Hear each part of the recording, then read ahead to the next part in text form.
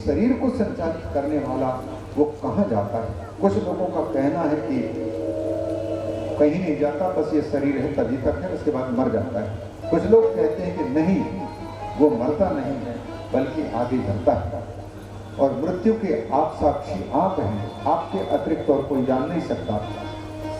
यमराज ने देवताओं से कहा कि ये देवता लोग जब ये नचिकेता से बोला कि नचिकेता, दुनिया का कुछ भी वरदान मांग लो, मैं देने को समर्थ हूं, लेकिन इस प्रश्न का उत्तर मत पूछो।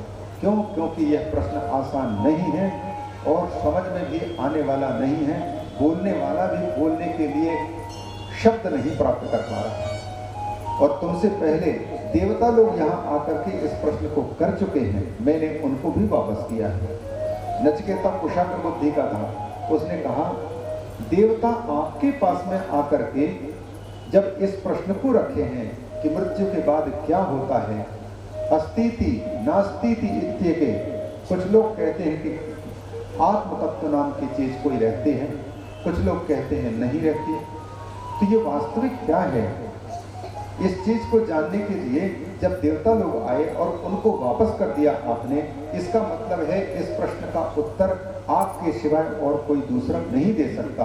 यदि कोई दूसरे दे सकते थे तो देवता लोग आप जैसे आचार्य के पास में आने की आवश्यकता क्यों महसूस करते हैं। इसलिए मैं वरदानों में और कोई दूसरा वरदान नहीं, मैं मांगूंगा तो इसी वरदान को मांगूंगा। आप कृपा करके यही वरदान दीजिए। कितना प्रलोभन दिया, प्रलोभन कौन कौन से? बोले कि तुम उम्र मांग लो, अमरता का वरदान मांग लो, या चिरंजीवी मार्कंडे आदि ऋषियों की भांति लंबे उम्र मांग लो, मैं देने को समर्थ हूं। या तुम चाहते हो कि स्वर्ग का सुख हमको यहां ही मिल जाए, तो इंद्र के तुल्य सुख मिल जाए, समस्त अप्सराओं के द्वारा तुम्हारी सेवा की जाए, तुम पूरे भूमंडल के राजा बनने का वरदान मांग लो, वो मैं दे सकता हूं। जितना चाहे उतने समय तक जियो, मैं वरदान दे सकता हूं, लेकिन इस प्रश्न का उत्तर मत मांगो। ये असल में ब्रह्म ज्ञान को सुनने के अधिकारी की परीक्षा है कि आप किसी कथा को, किसी ज्ञान को सुनने के लिए क्या क्या प्रलोभन छोड़ सकते हैं, तब वो अधिकारी का निरूपण होता है और उसको उस ज्ञान की प्राप्ति हो पाती है। नचिकेता की कठिन परीक्षा ली गई, नचिकेता किसी भी प्रलोभन में नहीं फंसे। जो व्यक्ति संसार के तुच्छ सुख के साधनों को और उन सुखों को त्याग करने को तैयार है, वो व्यक्ति भगवान होने का अधिकारी है, वो व्यक्ति ब्रह्म ज्ञान पाने का अधिकारी है, वो व्यक्ति धर्म के स्वरूप को, वास्तविक स्वरूप को समझने का अधिकारी है। इतना जटिल हमने कल भी निवेदन किया था, इसका सुनना बड़ा कठिन और उसको धारण करना बड़ा कठिन। सिंघनी के दूध है, पात्र चाहिए सोने का। नारद जी के प्रसंग में देखें, वहां चले हैं कि कोई भी सिद्धि प्राप्त होती है, उस सिद्धि में अभिमान नहीं। भगवान शंकर ने यदि काम को जलाया है तो ज्ञान की आंख से जलाया है। ज्ञान यदि प्राप्त हो जाए तो दुनिया की कोई कामना, संसार का प्रलोभन खींच नहीं सकता। लेकिन इस ज्ञान को पाने के पहले भी समस्त कामनाओं को किनारे करना पड़ेगा, तब हम जाकर के इस रास्ते पर। इसीलिए पूजा होती है ऋषियों की, इसीलिए पूजा होती है ब्रह्मनिष्ठ महापुरुषों की, ब्रह्मज्ञ महापुरुषों की पूजा होती है। क्योंकि संसार में सब कुछ होते हुए भी किसी भी वस्तु के प्रति कोई आसक्ति नहीं है। वस्तु रहे, राजा जनक के सामने पूरी नगरी जल रही है, पर राजा जनक के चेहरे में जरा भी कोई फर्क नहीं है। ये क्यों? क्योंकि वो असली कौन है और नकली कौन है, इस चीज को अच्छी तरह से जान चुके हैं। नकली के जलने से असली पर कोई प्रभाव नहीं पड़ रहा है। और यही हिसाब भगवान शिव का है। शिव जी के सामने दुनिया की कोई भी वस्तु प्रलोभन की नहीं हो सकती। वो इसीलिए जो भी वस्तु आती है, ऑर्डर दानी जो मांगने वाला उनके सामने आए सबको लुटा देते हैं। क्योंकि और लेकिन सबसे बड़ा प्रेमी भगवान का प्रिय वो बनता है जो संसार की वस्तुओं को नहीं, बल्कि संसार की सारी वस्तुएं जिनके अधीन हैं उन्हीं परमात्मा को चाहता है। जैसे कोई माई बहन है, पति से चाहना और पति को चाहना दो भिन्न भिन्न बातें हैं। अथवा कोई पति है तो पति का पत्नी से चाह अथवा पत्नी की चाह कौन सी अच्छी है बताओ? पत्नी को चाहना अच्छा है कि पत्नी से चाहना अच्छा है? पति को चाहना अच्छा है कि पति से चाहना अच्छा है? भगवान को चाहना अच्छा है कि भगवान से चाहना अच्छा है? यदि भगवान को चाहते हैं तो भगवान के भाग्य का सब कुछ मिलेगा। यदि हम भगवान से चाहते हैं तो हमारे पास में केवल मांगी हुई वस्तु मिलेगी। उसी प्रकार से पति से चाहने के बजाय पति को चाहना, पत्नी से चाहने के बजाय पत्नी को चाहना। प्रेम पत्नी से है तो सब कुछ है, प्रेम पति से है तो सब कुछ है। नहीं तो इनके प्रति यदि कोई चाह ही नहीं है, लगाव ही नहीं है, तो फिर हमारे पास सब कुछ होते हुए भी हम सुख से रिक्त रहेंगे। भगवान भोलेनाथ ये ज्ञान की प्राप्ति करने में भी बहुत से शर्तों को रखते हैं और ज्ञान प्राप्ति के बाद में फिर इन शर्तों को रखने की आवश्यकता नहीं होती। उनको उस कामना की जो मूल जड़ है काम, वह काम ही समाप्त हो जाता है। भगवान शिव ने जलाया है, अतः उस स्थान पर रह करके गंगोत्र में आचार्य पुष्पदंत ने भगवान शिव को इसी बात के स्मरण कराते हुए अपनी ओर भी वरदान के रूप में कुछ संकेत दिया है। वो कहते हैं असिद्धार्था नैव क्वचिदपि सदेवासुर नरि निवर्तन्ते नित्यं जगति जयिनो यस्य विशिखा सपश्यन्निषत्वमितरसुरसाधारणमभूत् स्मरः स्मरतव्यात्मा न हि वशिषुपथ्यः परिभवः स्मरः स्मरतव्यात्मा न हि वशिषुपथ्यः परिभवः। पुष्पदंताचार्य जी कहते हैं कि प्रभु, जिस कामदेव के बाण कभी भी व्यर्थ नहीं जाते, कभी भी विफल नहीं होते, चाहे कुत्ता हो, बिल्ली हो, पेड़ पौधे हो, उनके भी लता के साथ में संबंध होता है। चाहे पुरुष 84 लाख प्रकार के शरीरों में से सभी शरीरों में कामदेव ने अपना साम्राज्य फैला रखा है। सबके सब कामदेव के अधीन हैं। कभी भी उनके बाण व्यर्थ नहीं जाते। यही सोच करके प्रभु आपकी तपस्या के समय पर भी आपको भी साधारण व्यक्ति की भांति समझ करके अपने अधीन करने के चक्कर में इंद्र के द्वारा भेजे जाने पर उपस्थित हुए थे। लेकिन उसका परिणाम क्या निकला? विक्षेप करने के लिए आने वाले काम को ही आपने समाप्त कर दिया। सच है, जो संयमी पुरुष होते हैं आप जैसे, उन पर संसार की कोई प्रतिक्रिया असर नहीं कर सकती है, बल्कि जो कुछ करने की कोशिश करते हैं, जादू टोना टोटका आदि करने की कोशिश करते हैं भगवान शिव के भक्त पर, तो भगवान शिव की कृपा से उल्टा उन्हीं पर विपरीत परिणाम मिलता है।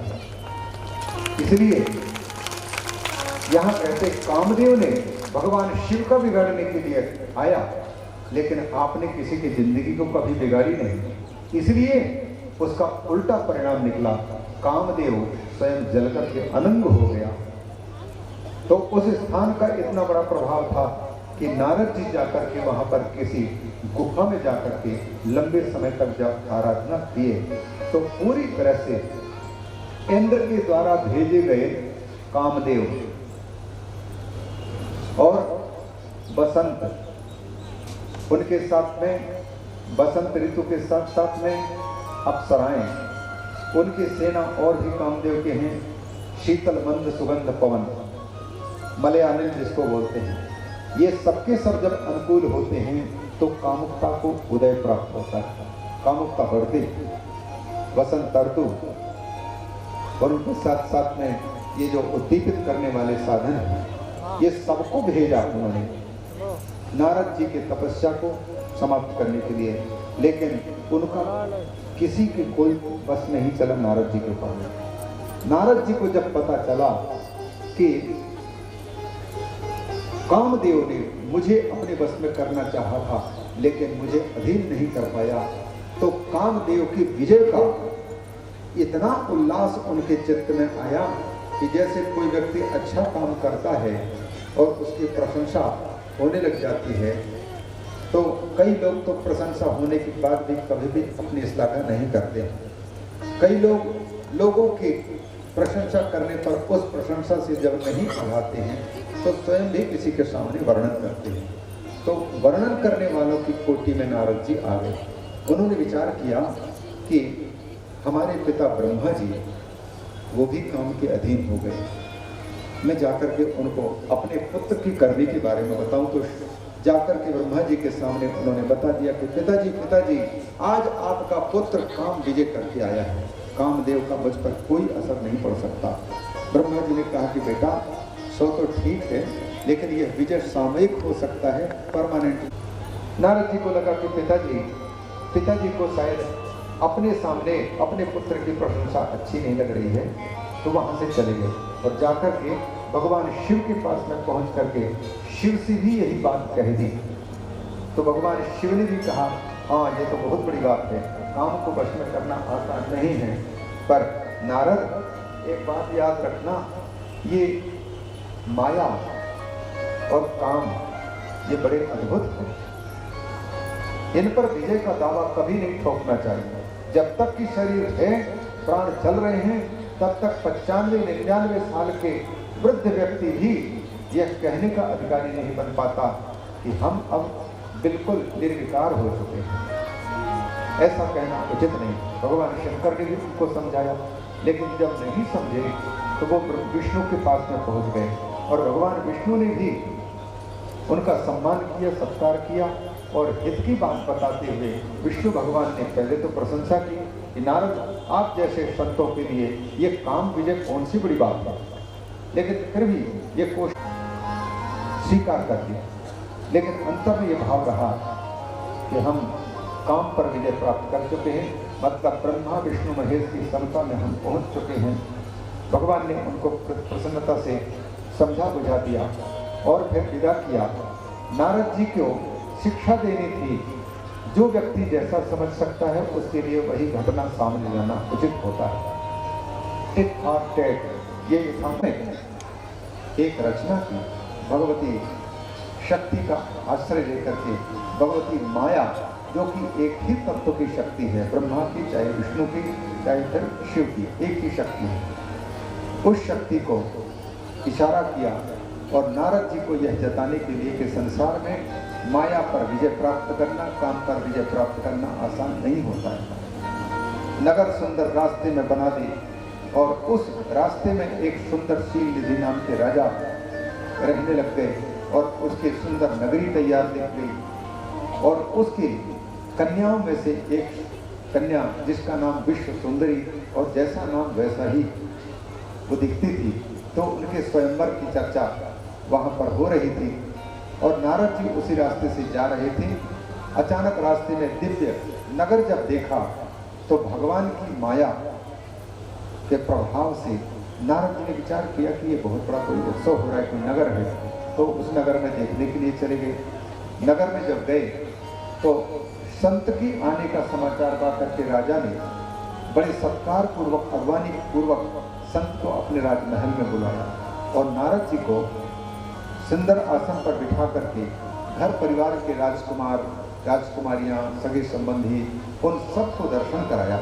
सबके दर्शन कर चलने के बाद में उनकी जो राजकुमारी थी, राजकुमारी को सामने रख करके उनको प्रणाम करवाया और फिर नारद जी जैसे ही उस राजकुमारी के चेहरे को देखे तो कितना सुंदर रूप देखते ही नारद जी को लगा विश्व में हमने इस प्रकार की कन्या कहीं देखी नहीं है।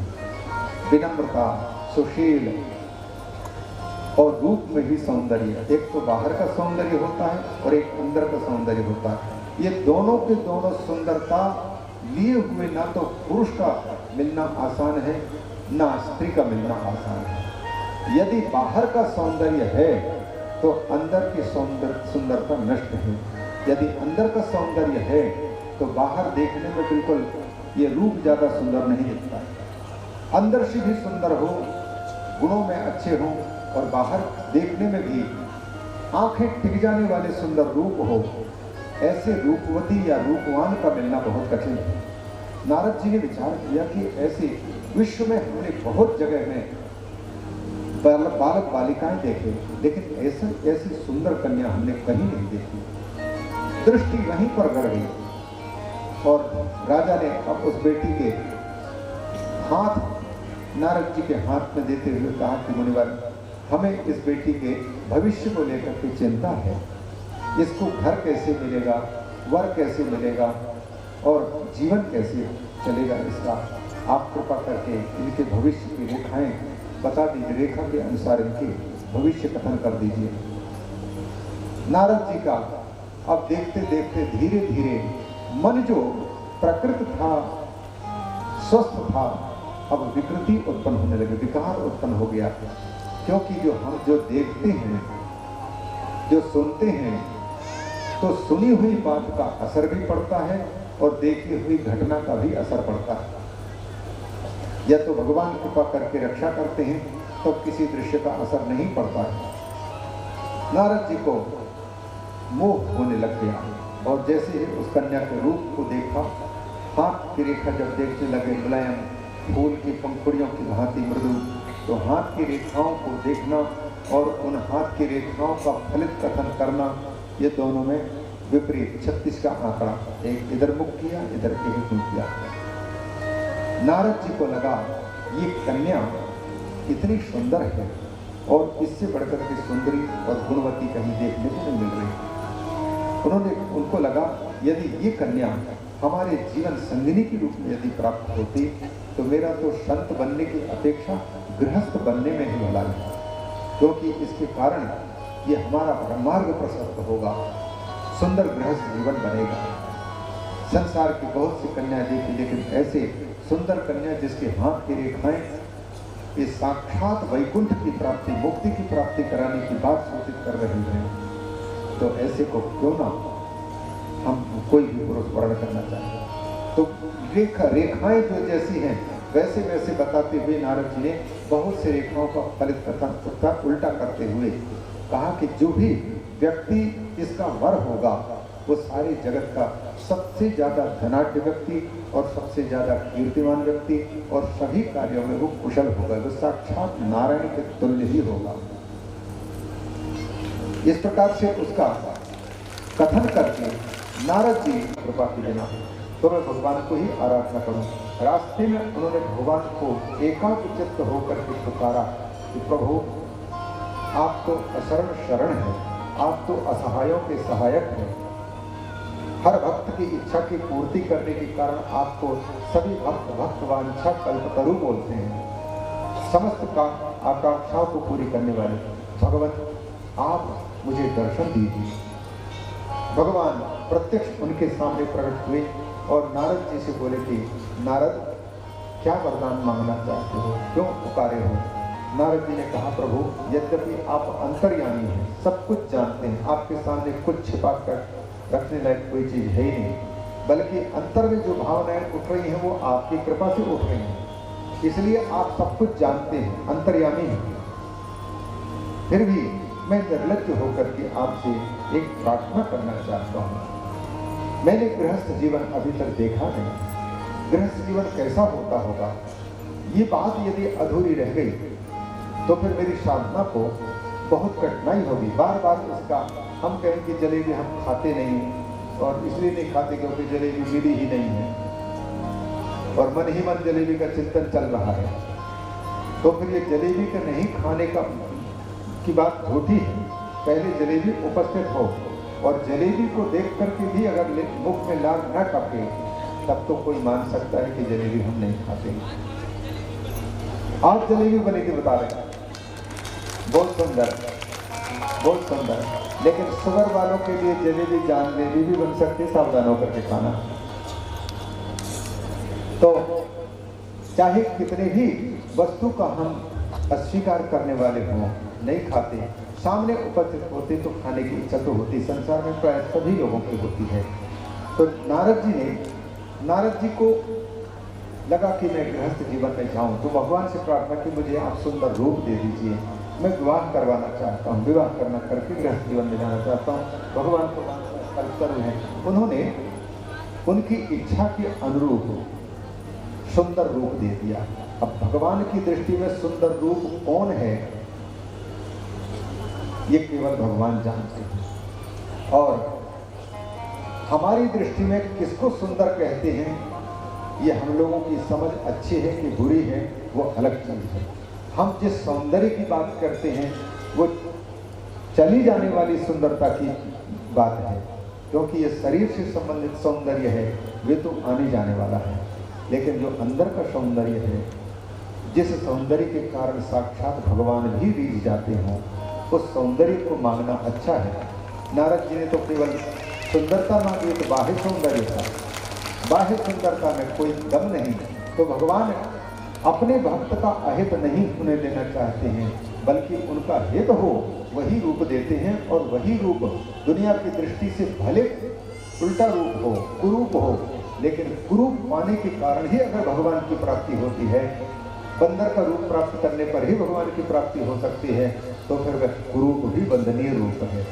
नहीं, अन्य लोगों को जो है साधारण बाबा के रूप में दिखाई दे रहे हैं, लेकिन कन्या की जब दृष्टि पड़ी तो पूरे बंदर दिखाई दे रहे हैं। अब उसने अपना अपमान समझा कि बंदर को यहाँ नर के बीच में वानर का आकर के घुसना माने मैं वानरी बनने के लायक हूँ क्या?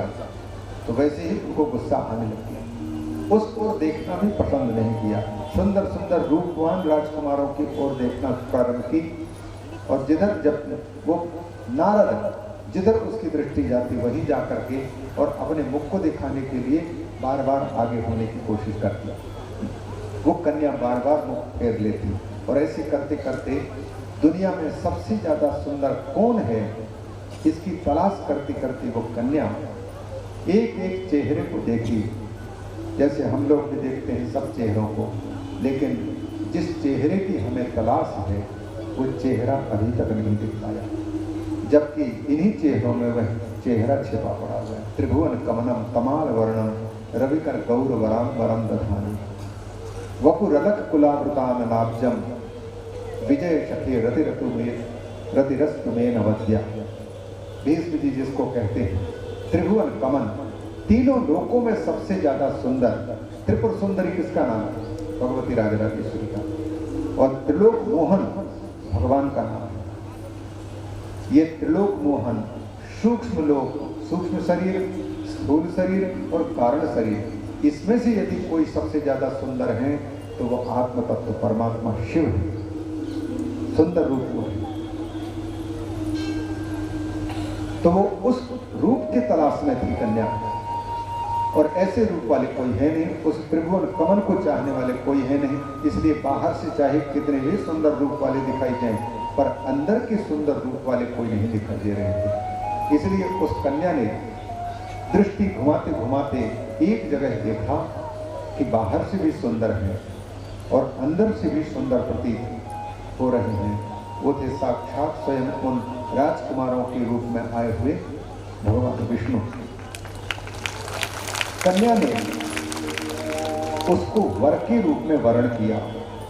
वर तो वर ही होना चाहिए, श्रेष्ठ होना चाहिए, वर माने श्रेष्ठ होता है। लेकिन जैसे कन्या को सुकन्या बोल देते हैं, सु माने कन्या तो है, पर कन्या के साथ साथ में ये बहुत अच्छी कन्या है तो सुकन्या। उसी प्रकार से वर से बढ़ करके और कुछ नहीं होता। और वर के प्रशंसा में मान लो सुकन्या की बात सु लगाएंगे तब कुछ का कुछ हो सकता है। वर के साथ में अगर जैसे कन्या के पहले सु लगा दिया तो सुकन्या बना, वर के सामने यदि सु लगाएंगे तो क्या बनेगा? सुअर बनेगा कि नहीं? वर तो वर ही है, और सुअर को कौन वर्ण करेगा? कोई वर्ण नहीं कर सकते। तो भगवान विष्णु वर है, श्रेष्ठ है, उन्हीं को उन्होंने वर्ण कर नहीं किया। विश्व सुंदरी, विश्व सुंदर को ही वर्ण करेंगे, और विश्व सुंदर पूरे विश्व में केवल एक, या तो भगवान के आश्रित कोई भक्त हो सकते हैं, वही सुंदर है। तो आप अपने सौंदर्य को शास्त्र के दर्पण में जाकर के देखो तो सही कि अंदर से सुंदर है कि बिगड़े हुए हैं। नारद जी ने गुस्से में आकर के जैसे दर्पण में देखा तो बंदर का रूप जब पाया, देखा तो गुस्से में आकर के विष्णु को शाप देने की बात सोच ली। भगवान विष्णु रास्ते पर मिल गए और उन्होंने सचमुच शाप ही दे दिया। तुमने हमें एक स्त्री के मोह में फंसे हुए व्यक्ति को उल्टा रूप देकर के नारी विरह का दुख भुगाया है। मैं आज तुम्हें शाप देता हूँ, वक्त पड़ने पर जिस जीव का आपने रूप दिया है और मेरी हंसी कराई है, वही रूप वाले बंदर ही आपको मुसीबत के समय पर सहायता करेंगे। और स्त्री के वियोग में मुझे तड़पाया है, तो स्त्री के वियोग में आप भी तड़पेंगे। ये शाप दे दिया। और ऐसे शाप देते ही भगवान की माया भगवान ने जब हटा ली, तब नारद जी को लगा मैंने ये क्या कर दिया, भगवान को क्यों शाप दे दिया। क्षमा याचना करने लग गए और इस प्रकार भगवान ने उनको समझाया कि नारद, ये कुछ नहीं, तुमने जिस शंकर भगवान ने तुमको मना किया था कि हम इस विजय की विजयी हैं, काम विजयी हैं, और शिव ने मना किया था कि ऐसे डिंडिम घोष मत करना, उन्हीं की माया का यह प्रभाव है। तुमको ये दिखाना था कि तुम काम विजयी नहीं हो, एक साधारण कन्या के रूप को देख करके मुक्त होकर के काम के अधीन हो सकते हो। एकमात्र काम विजयी कोई है तो केवल भगवान शिव है। ये बात अलग है कि भागवत महापुराण के अनुसार भगवान विष्णु के भूमिका को उन्नत दिखाने के लिए विश्व मोहिनी बनी हुई कन्या के पीछे विष्णु ही मोहिनी बनकर के जो सामने जा रहे थे, तो उनके पीछे दौड़ते हैं। यह संसार की योगियों को सिखाने के लिए भगवान ने चरित किया कि मैं भी भगवान विष्णु की माया के अधीन हूँ। तो उसी प्रकार से संसार के लोगों, तुम लोग भी भगवान विष्णु की माया से आगे नहीं जा सकते हो, क्योंकि वह वैष्णवी माया है। तो वहाँ विष्णु की, और यहाँ शिव पुराण है, तो यहाँ शिव पुराण में शैवी माया, शिव जी की माया, शिव माया को कोई भी लांग नहीं सकता है। ये बताने के लिए इस चरित्र को गाया है। फिर नारद जी को कई जन्मों के जो माया के अधीन होकर के कई कई जन्म लेकर के उन्होंने जो देखा है, उनका कथन किया गया है।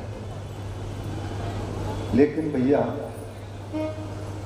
हमको लगता है कि सती और पार्वती के विवाह का हो पाना, टाइम देख रहे हैं बिल्कुल इतना 6 मिनट बाकी है, 5:30 में। तो ऐसी स्थिति में बहुत जल्दबाजी में कह पाना मुश्किल लग रहा है। इसलिए इन प्रसंगों को, क्योंकि हमारी समझ से सती का जो चरित्र है और पार्वती का जो चरित्र है, उनके साथ साथ में मुख्य रूप से भगवान शिव का जो चरित्र है, ये गृहस्थ जीवन जीने वालों के लिए हीरा मोती रत्न देने वाले प्रसंग हैं। इसलिए उन प्रसंगों को हम बिल्कुल ठीक ठीक से स्थिरता के साथ में कहने के लालच में हैं, तो उन प्रसंगों को हम ठीक से कह पाएँ, तदर्थ हम आगे सुनाने की कोशिश करेंगे। आज केवल इसमें जो बातें आई हैं उनको केवल शॉर्ट रूप में शीर्षक पढ़ करके वहाँ तक पहुँचा दें जहाँ तक सती का चरित्र आने वाला है, और सती चरित्र के बाद में फिर पार्वती का चरित्र। लगभग दोनों के विवाहों में सती के साथ में जो भगवती का विवाह हो, वो भगवान का विवाह होता है, और पार्वती के साथ में जो विवाह होता है, लगभग दोनों समान हैं। लेकिन सती की भूमिका को, क्योंकि रामचरितमानस में जो हम पढ़ते हैं तो वो तो केवल सती के राम जी की परीक्षा लेने के समय की कथा वहाँ आती है, और इसके बाद फिर सती का ये दक्ष यज्ञ के अवसर पर आत्मदाह करके अपने पति के कारण कुपित होकर के आत्मदाह किया, यहाँ तक की घटना हम लोगों को सुनने को मिलती है। लेकिन उनको भगवती सती कोई साधारण नहीं है। वो दक्ष के कारण दाक्षायणी कह करके जगत में भले वो हंसी की पात्रा अपने आप को दिखा रही है, लेकिन दिव्य चरित्र वाली है उन भगवती का। तो उन साक्षात किस प्रकार से जो शिव हैं और उनकी जो शक्ति है शिवा, ये दोनों भिन्न नहीं है, सनातन जोड़ी है, और वो किस प्रकार से अपने पति के प्रति समर्पित हैं। उनके जब चरित्रों को हम पढ़ते हैं तो पातिव्रत्य बहनों के जीवन में पनपता है। उसी प्रकार से भगवान शिव के चरित्र को जब पढ़ते हैं तो पुरुषों के चित्त में पत्नियों के प्रति निष्ठा जागती है, उनके प्रति सौहार्द भाव जागता है, और आदर्श गृहस्थ जीवन पनपता है। और पूरे परिवार, वैसे भगवान शंकर का परिवार एक एक चरित्र गृहस्थ जीवन के लिए अत्यंत आदर्श चरित्र हैं, उनको हम ढंग से कहना चाहेंगे।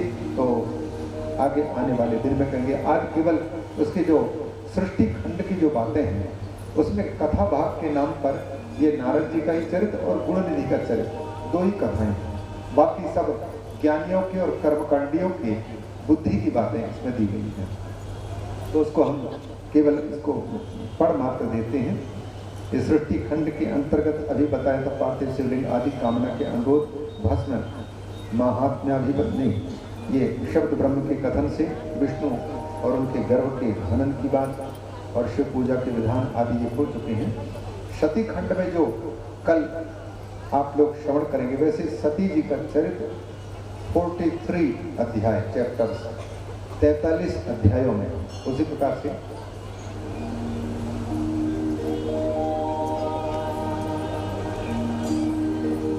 जिन सती और शिव तथा पार्वती और शिव, इनका चरित्र विवाह कथा कल आने वाली है। भगवान की कितनी कृपा है कि उनकी झांकी पहले ही हम लोगों को इसलिए मिल रही है कि भगवान है आशुतोष, और एक बार उनके दर्शन करने की कोई इच्छुक होता है और इच्छा करते हुए उनकी कथा सुनने की इच्छा करता है, उसी समय ठाकुर का दर्शन प्रारंभ हो जाता है। ये भागवत कहता है। भागवत के जो श्रीमद् भागवत के प्रथम स्कंद के प्रथम अध्याय के द्वितीय श्लोक में ये बात कही गई है। धर्मः प्रोज्झित कैतवोऽत्र परमो निर्मत्सराणां सताम् वेद्यं वास्तवमत्र वस्तु शिवदं तापत्रयोन्मूलनम्। श्रीमद्भागवते महामुनिकृते किं वा परैरीश्वरः सद्यो हृद्यवरुध्यते त्रिकृतिभिः शुश्रूषुभिस्तत्क्षणात्।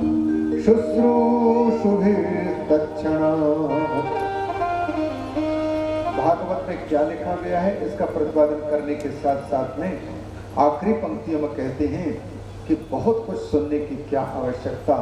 इस श्रीमद् भागवत को और इस श्री शिव महापुराण को जिस समय पर कोई सुनने की इच्छा करता है, बस सुनने की इच्छा करते ही ठाकुर जिनकी कथा है भगवान शिव आकर के हृदय में विराजमान हो जाते हैं। विराजमान हो जाते हैं का तात्पर्य है कि भगवान की कृपा से ही इस इच्छा का जन्म हुआ है। भगवान की कथा सुनने का और भगवान की कथा सुन पाने का जो सामर्थ्य है, ये भी भगवत इच्छा से। इसलिए संकल्प इच्छा का जागना ही बहुत बड़ी बात है। लेकिन ये इच्छा कब जागती है? तो भागवत का यह मंत्र कहता है सुकृति भी, जिसने पहले पुण्य किया हो, जिसने अपने अंतर को पूर्व जन्म में बहुत अधिक या फिर इसी जन्म में अधिक सत्कर्म करके पुण्य के कार्य करके अपने चित्त को पवित्र किया हो, तभी उस व्यक्ति के चित्त में हो सकता है कि हमको भगवान की कथा सुनना है और भगवान की कथा सुनने के लिए आयोजक बनना है, यजमान की स्थिति को प्राप्त करना है। ये इच्छाएं तब जागती हैं, ये मंत्र कहता है। वैसे ही आज के प्रसंग में भगवती पार्वती और शिव के विवाह का प्रसंग आना था और सती का चरित्र भी आना था, और इस इच्छा की पूर्ति कथा के माध्यम से तो कल होगी, लेकिन उसके पहले ही ठाकुर दर्शनार्थियों को जो दर्शन करना चाहते हैं, ऐसे अपने भक्तों को पहले अपने स्वरूप का दर्शन करा रहे हैं। आए, उनका दर्शन करते जाएं और भगवान से संबंधित कोई उनके स्वरूप आदि का और उनके आंतरिक स्वरूप का भी दर्शन कराने वाले पंक्तियों का हम लोग श्रवण करते जाएं और फिर उनके भजन के साथ साथ में फिर आज की इस कथा को आरती की ओर ले जाएंगे। प्रतिदिन आप उपस्थित होते हैं। भगवान कुंडेश्वर महादेव से हम ये प्रार्थना करते हैं कि प्रभु आपकी कथा में उपस्थिति आपकी इच्छा के अनुसार आपके संकल्प से भक्तों की उपस्थिति होती है, तो जैसे आप इनको प्रेरित करते हैं अपनी कथा श्रवण करने के लिए और यहाँ तक आने के लिए शक्ति सामर्थ्य भी प्रदान करते हैं और समय भी देते हैं, उसी प्रकार से हमेशा कृपा करके अपने आश्रितों पर हमेशा ये सन्निधि बनाए रखना, हमेशा उनकी सहायता करना और जैसे भी आपके चरण कमलों के साथ में जुड़े रहें वही उपाय आप करते रहना और करवाते रहना, अपनी भक्ति प्रदान करना। और जैसे आप अपने भक्तों को कभी भी दरिद्र या गरीब नहीं होने का अवसर दिया, रावण जैसे भक्त, कुबेर जैसे भक्तों को ऊंचे ऊंचे पदों पर स्थापित किया, उसी प्रकार से चाहे वो राजनीति के क्षेत्र में ऊंचे पद पर पहुंचने वाला हो, चाहे फिर गार्हस्थ जीवन में सबसे धनाढ़ होने के या किसी भी क्षेत्र में ऊंचे स्तर पर पहुंचने के इच्छुक हो, प्रभु आप अवधरदानी के सामने, सब कुछ देने वाले के सामने कुछ भी अशक्य नहीं है। कृपा करके अपने भक्तों की इच्छाओं की पूर्ति करते रहना और सदा आपकी कृपा बरसती रहे। इन्हीं प्रार्थनाओं के साथ में झांकी और भजनों का आनंद लेंगे। बोलिए कुंडेश्वर महा। चरणों में दंडवत प्रणाम, सभी संतों के चरणों में दंडवत प्रणाम। और आज समुदाय गुरु महाराज जी की कृपा से एकदम चकाचक है, ठीक है ना। तो सभी माताओं और बहनों से सर्वप्रथम हाथ जोड़कर निवेदन है कि भंडारा जो है जिस जगह पर होता था वहीं होगा, परंतु सबका साथ होगा तभी एकदम शांतिमय प्रसाद सबको ग्रहण कराया जाएगा। जो जहाँ सामने उनके सबके नाम श्री श्री 1008 श्री गिरधारी जी चलोंगा महाराज जी आएंगे आरती में। 108 श्री मनु जी महाराज आएंगे कुंडेश्वर धाम। कथा परीक्षित शिव जी और माता जी आ रहे हैं, सभी लोग दर्शन करें और हमारी मिश्रादी सुंदर भजन सुनाए। चका चक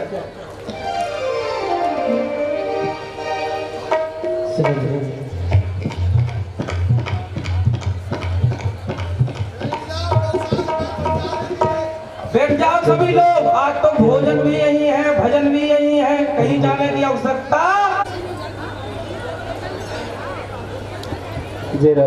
जिनका नाम बोला वही मंच पे आए, ध्यान रखना। हाँ, जिनका नाम बोला एक भी बच्चे नहीं आएंगे। हाँ, सुन के भक्तों की पुकार हो के नंदे पे सवार हो काशी नगरी से आई है सब शंभो।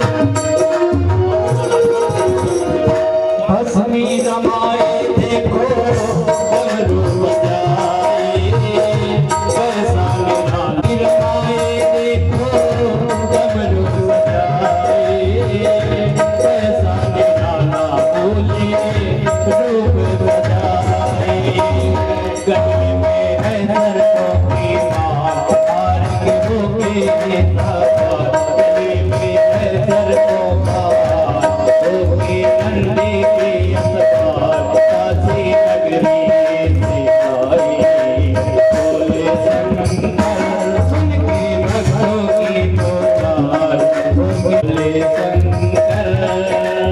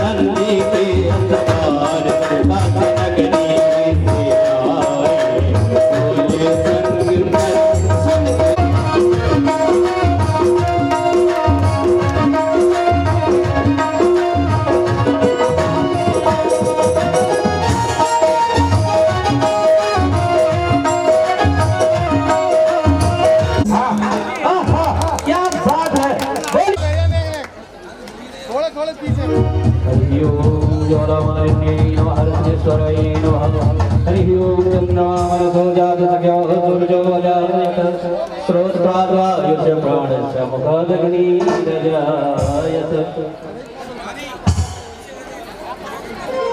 ओम श्री भोलेनाथ की आरती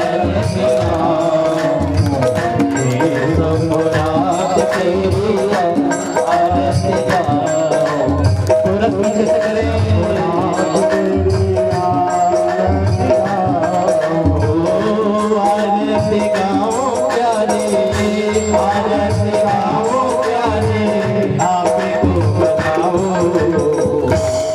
भोलेनाथ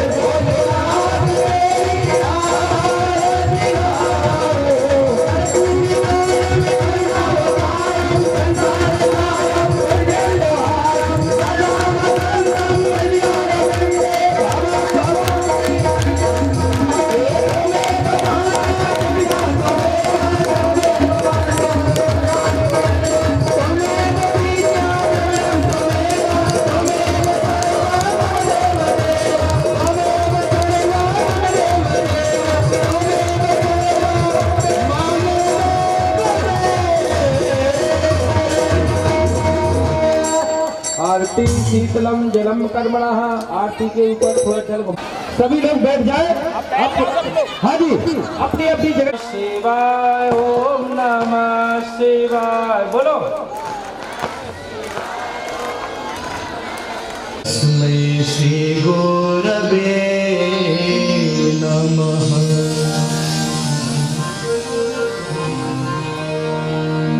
गजाननं भूतगणादिसेवितं कपिध्वजम्बो फलचारुभक्षणम् उमासुतं शोकविनाशकारकम्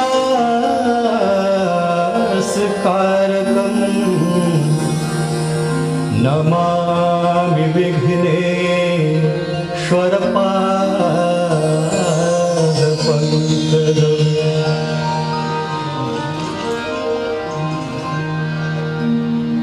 आपदामपहर्तारम् दातारं सर्वसम्पदां लोकाभिरामं श्रीरामं भूयो भूयो नमाम्यहम्।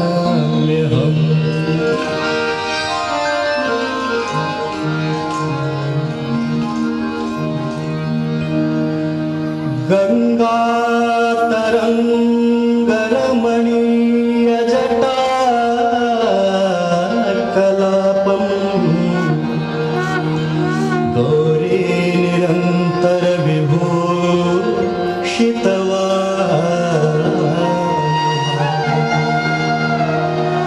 नारायण प्रियमनङ्गमदापहारम् वाराणसीपुरपतिं भज विश्वनाथम्।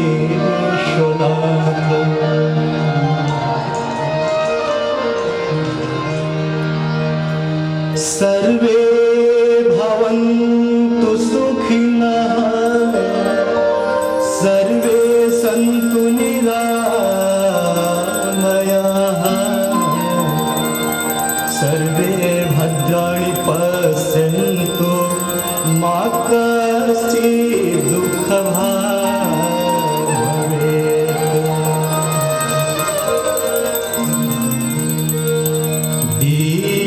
दीपदेव नमस्तुभ्यं आरोग्यं सुखदायकं शत्रुबुद्धिविनाशाय दीपदेवो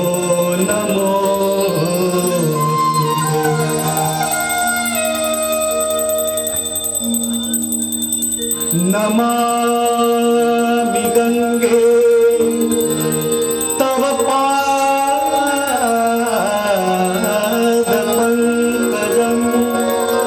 सुरासुरैर्वं दितदीव्यरूपं भुक्तिं च मुक्तिं च ददासि नित्यम् भावानुसारेण सदा।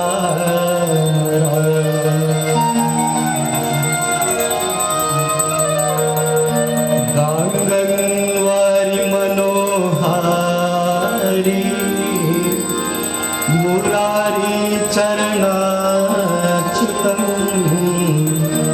त्रिपुरारी शिरश्चारी पापहारी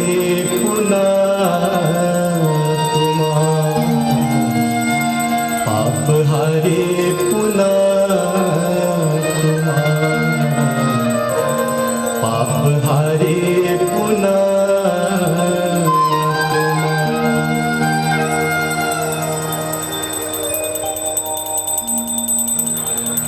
गंगा सकल मुद मंगलमूला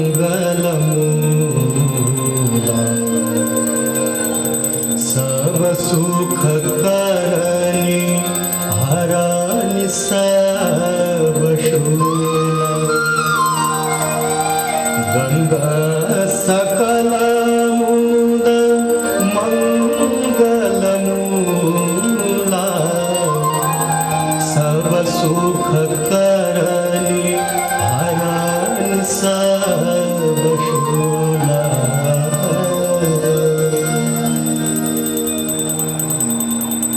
जय जय भगीरथ नंदिनी जय चकोरचन हर नाग विबुध बंदिनी जय जनवालिका जय जय भगीरथ नंदिनी जय चकोरचन हर नाग विबुध बंदिनी जय जनवालिका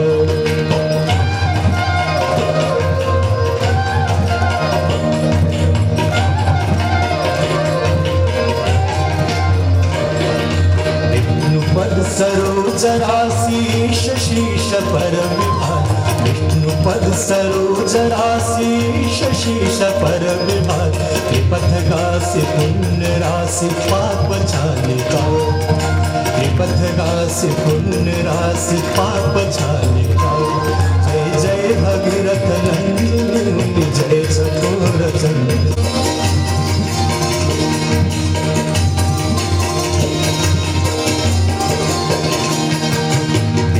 विपुलव शिवारी शीतल त्रैतापहार विमल विपुलव शिवारी शीतल त्रैतापहार भावर वर विहंग तर तरंग मालिका भावर वर विहंग तर तरंग मालिका जय जय भगीरथ नंदिनी जय चकोरचन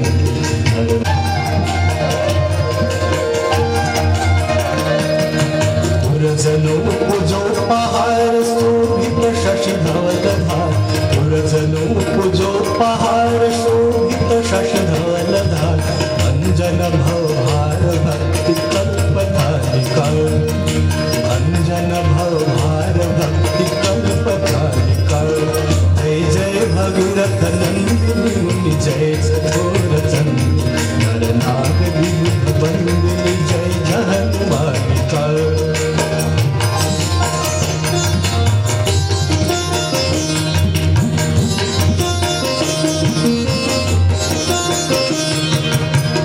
तटवसी विहंग जल चर पशुपतन निज तटवसी विहंग जल चर पशुपतन कीट जटिल तापस सब सरस पालिका कीट जटिल तापस सब सरस पालिका जय जय भगीरथ नंदिनी जय चकोरचन हर नाग विबुध बंदिनी जय जनवालिका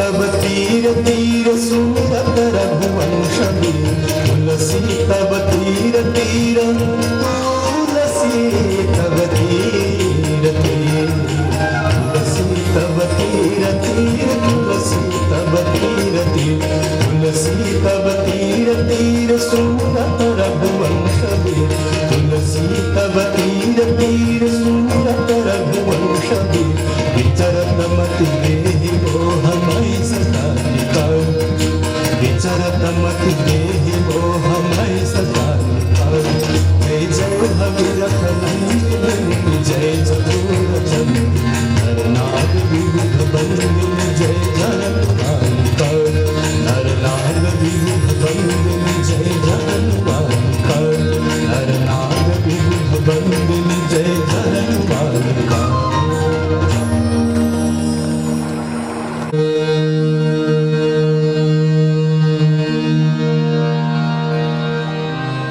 जय गंगे माता मैया जय गंगे माता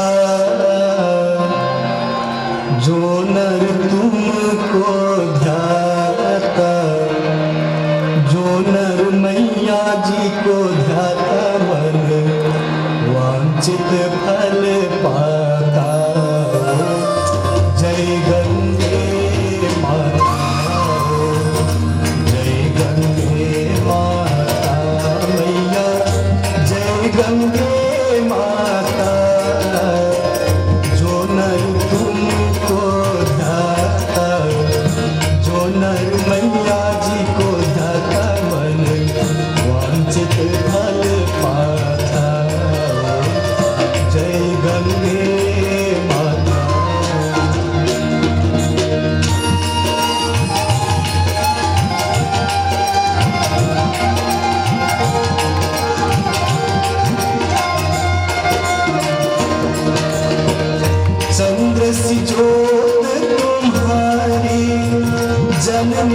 निर्मल आता मैया जल निर्मल आता शरण पड़े जो तेरे शरण पड़े जो तेरे सोनर तर जाता जय गंगे माता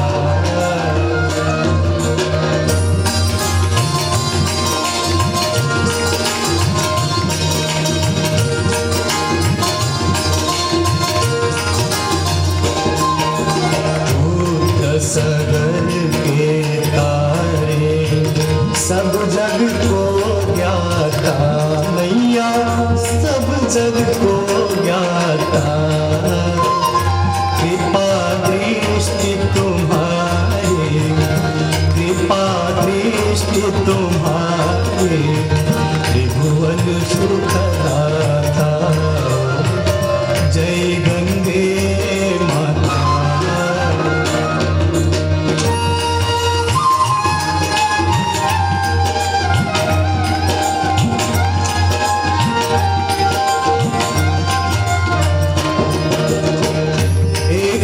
बार जो तेरी शरणागति आता मैया शरणागति आता यम की त्रास मिटा कर यम की त्रास मिटा कर परम गति पाता जय गंगे माता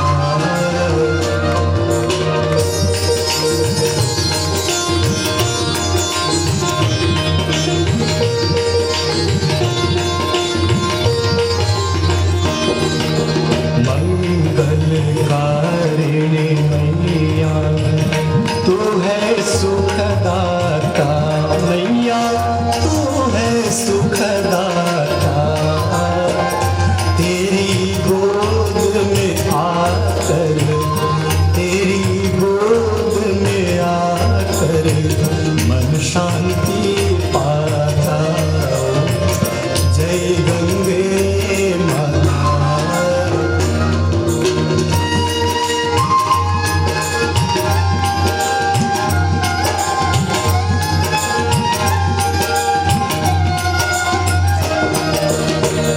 ब्रह्म स्वरूपिणी मैया जो तुमको ध्याता मैया जो तुमको ध्याता तेरी दया से जो जल तेरी कृपा से सोनल सदगति है पाता जय गंगे माता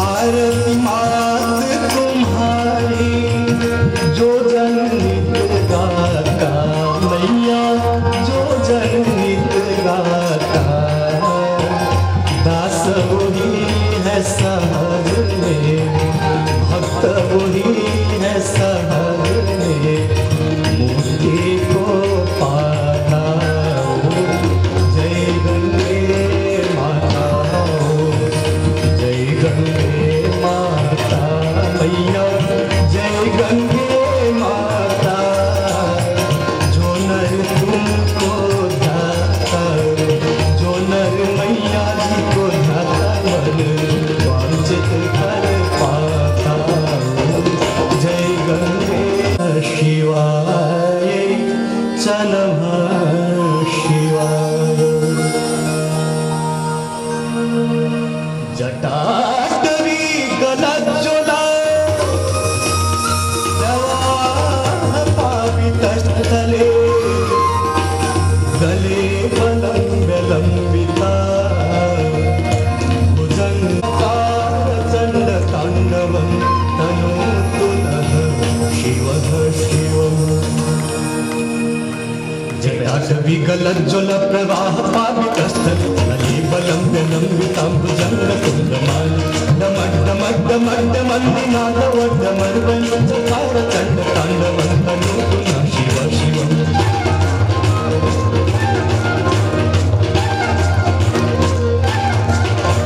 जटाकटाः सम्भ्रमभ्रमन्निलिम्पनिर्झरि विलोलवेचि वल्लरि विराजमानमन्थरि गद्गद्गज्ज्वलल्ललाटपर्पपावके किशोरचन्द्रशेखरे अतिप्रतीक्षणं मम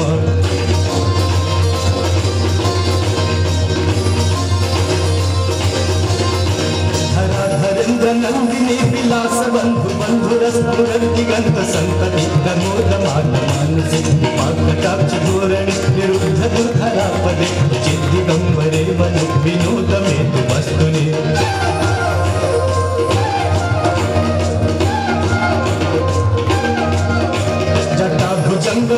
जटाभुजंगविंगलस्फुरत्फणमणि प्रभाकदम्ब कुङ्कुमद्रव ललित दिग्वचूमुखे अकान्त सिन्धुरस्फुरस्तु उत्तरीय मेदुरे मनोविनोदमद्भुतं विभर्तु भूतवर्तरे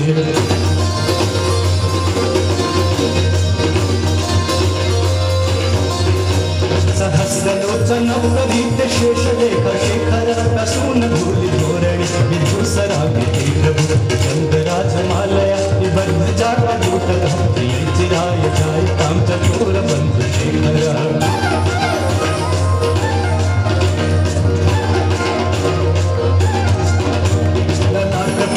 धनञ्जय स्फुलिङ्गवानिपीत पञ्चसायके नमन्यिम्पनायकं रामयुगलेखया विराजमान शेखरं महाकपाल सम्पदे गिरोजटालमस्तु नः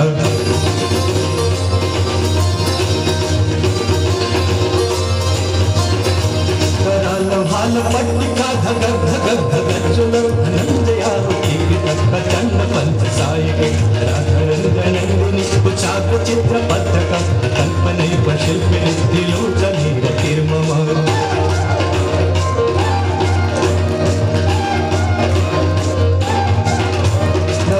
मेघमण्डली निरुद्ध दुर्धरस्फुरद्भुवनसिद्धिनेतं न बन्धबन्धकन्धरं निर्झरि धरस्तनोत कीर्तिसिन्धुर अनानिभागबन्धुर प्रियं जगद्गुरन्धर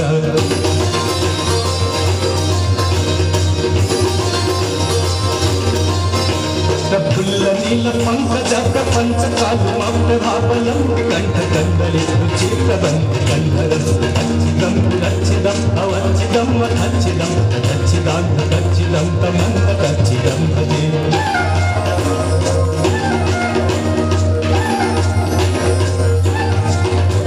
अखर्व सर्वमङ्गलाकलाकदम्ब मञ्जरीरसप्रवाहमाधुरि विजृम्भणामरूपटं दन्तकं पुरान्तकम् अवान्तकं मथान्तकं दन्तकान्तकान्तकं तमन्तकान्तकं भजे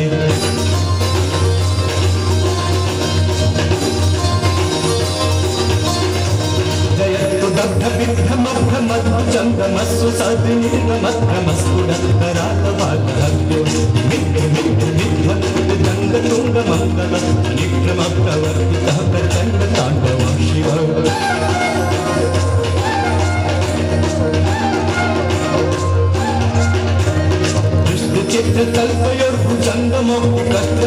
चित्रकल्पयोर्भुजङ्गमोक्तिकष्टयोगरिष्ठरत्ननुष्ठय सुहृदि पक्षे नारविन्दचक्षुषु प्रजामहि महीन्द्रय समप्रवृत्तिकः कदा सदाशिवं भजाम्यहम्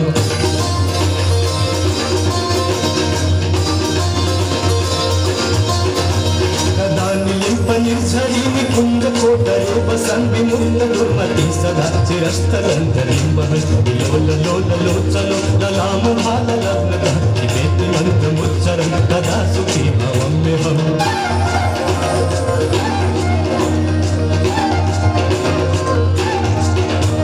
इमं हि नित्यमेव मुक्तमुक्तमुक्तमुक्तमुक्तमं पठन् स्मरन्तु वन्नर विशुद्धिमेति सन्ततं हरे गुरौ सुभक्तिमासु यातनान्यथा गतिं विमोहनं हि देहिं सुशङ्करस्य चिन्तनं विमोहनं हि देहि सुशङ्करस्य चिन्तनं विमोहनं हि देहि मां सुशङ्करस्य चिन्तनम् पूजावसान समय दशवक्त्रगीतम् यः शम्भु पूजन परम् पठति प्रदोषे तस्यास्तिरामृतगजेन्द्रतुरङ्गयुक्ता लक्ष्मीं सदैव सुमुखीं प्रददाति शम्भो लक्ष्मीं सदैव सुमुखीं तरङ्गे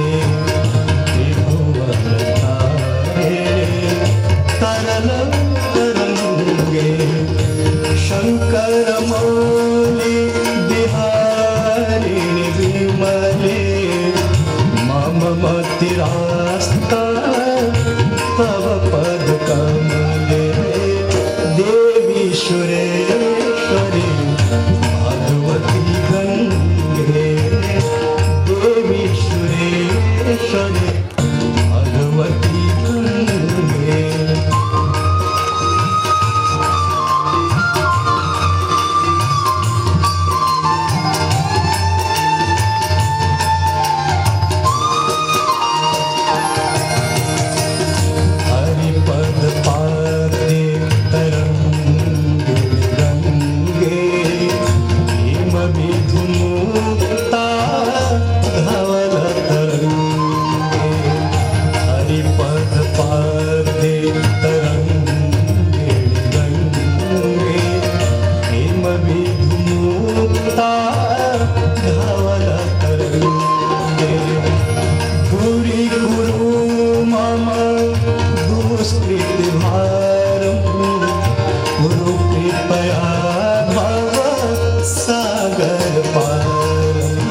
देवी सुरेश्वरी भगवती गंगे